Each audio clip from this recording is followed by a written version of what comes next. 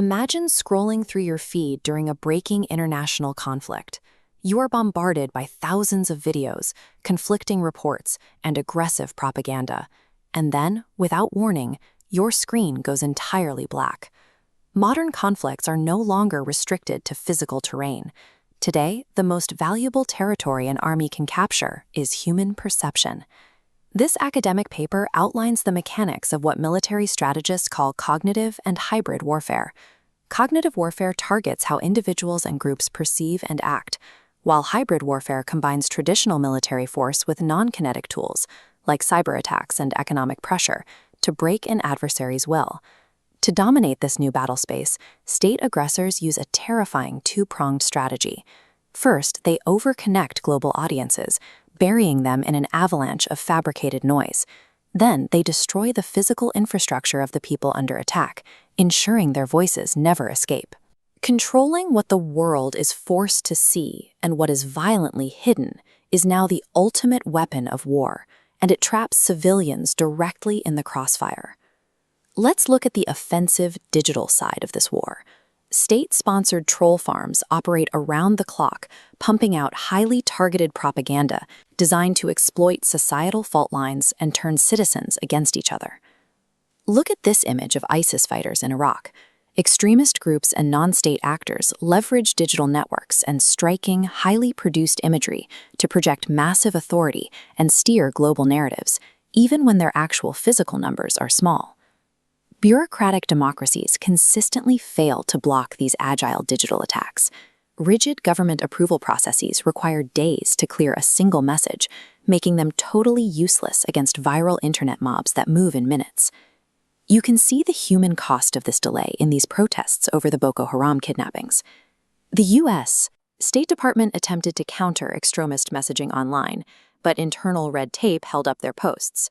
By the time the graphics were approved, 10 days later, the internet had already moved on. Artificial intelligence acts as gasoline on this fire. AI, computer systems capable of performing tasks that typically require human intelligence, allows bad actors to instantly segment populations, translate false narratives, and manufacture synthetic evidence on a massive scale. The goal of this cognitive bombardment is not to convince you to believe a specific lie. The goal is to destroy your trust in objective truth, so you believe nothing at all. But when flooding the zone with noise fails to control the narrative, combatants rely on the second prong of the strategy, pulling the plug entirely. A modern internet blackout is brutal and physical.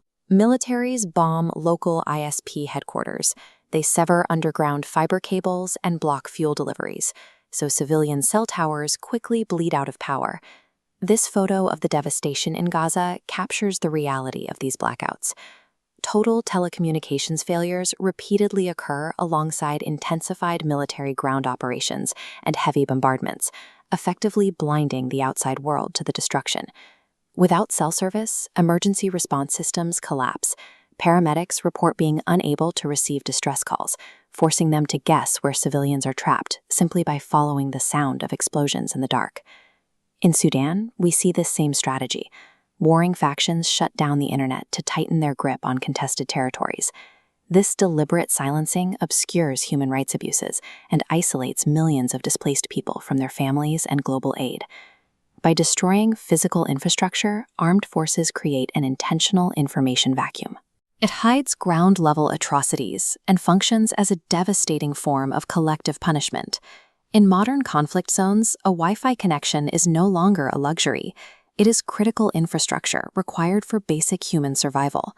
When the web goes dark, the economy instantly paralyzes.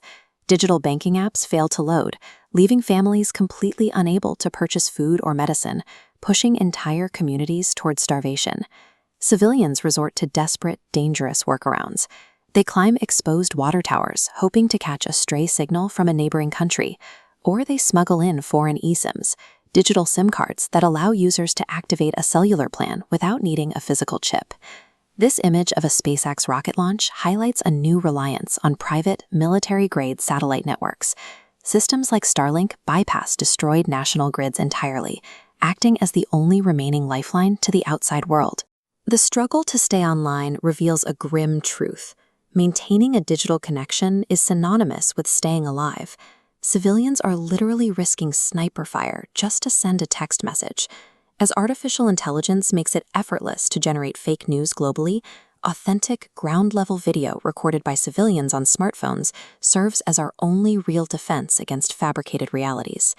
Deliberate internet shutdowns and platform blocks are not accidental collateral damage.